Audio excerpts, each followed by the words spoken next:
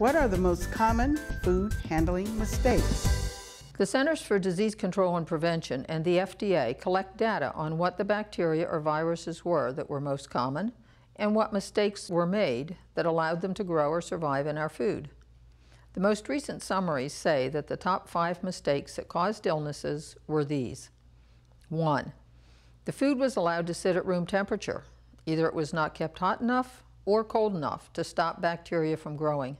The most common calls that I get about food safety are food that was left out, either leftovers from a restaurant that was left in a car or food coming home from the grocery store that got forgotten on the back seat.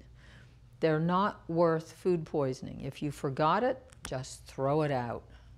The next most common cause of illness was using an unsafe food source. This could be someone picking wild mushrooms or buying fish that had eaten toxic algae. Always buy food from good sources, not on the side of the road. The third cause was inadequate cooking, food that was not cooked enough to be sure that any bacteria in it were killed. Always use a thermometer.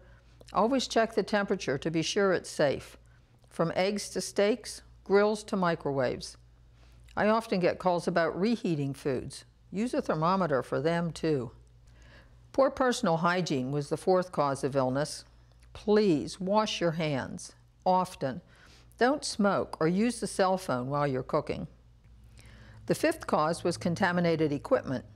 This could be dirty utensils or cutting boards that were not washed and sanitized between foods. Use different cutting boards, can openers, and other equipment for different foods. Don't spread the germs around. There are just 4 rules to remember for food safety. Keep food hot, keep it cold, keep it clean, and keep it separate. For more fast answers to safe food questions, check out our other FAQs on our website, hillsborough.ifas.ufl.edu, and search on safe food.